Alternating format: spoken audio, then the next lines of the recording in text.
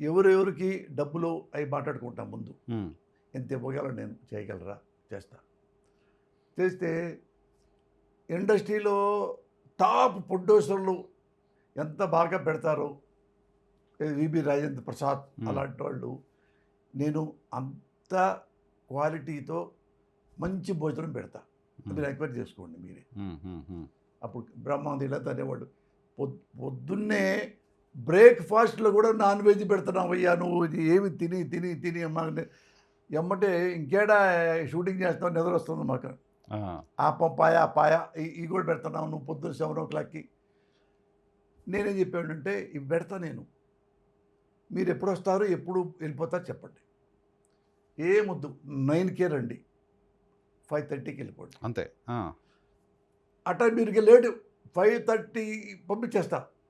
9కి రావాలి. నేను ఉమ్, నాకు 9 o'clock రావాలి. 9 o'clock మీరు రాలేదనుకో, నేను నైట్ 9:30 దాకా చేస్తా.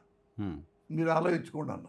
ఓకే. ఆ, డబ్బులు కావాలంటే ముందు తీసేసుకోండి. ఆ, అంటే వాళ్ళందరూ కామెడియన్స్ 6 మంది 7 మంది కూర్చొని, ఒరే పోసాని ఎలా చేస్తాడు, మనం చంపేస్తాడు నైట్ 9 దాకా, ఉమ్, మనం ఉండలేం కదా, ఉమ్, అందుకని మనం కరెక్ట్గా 8:30కి వెళ్ళిపోదాం, ఉమ్, టిఫిన్ చేద్దాం.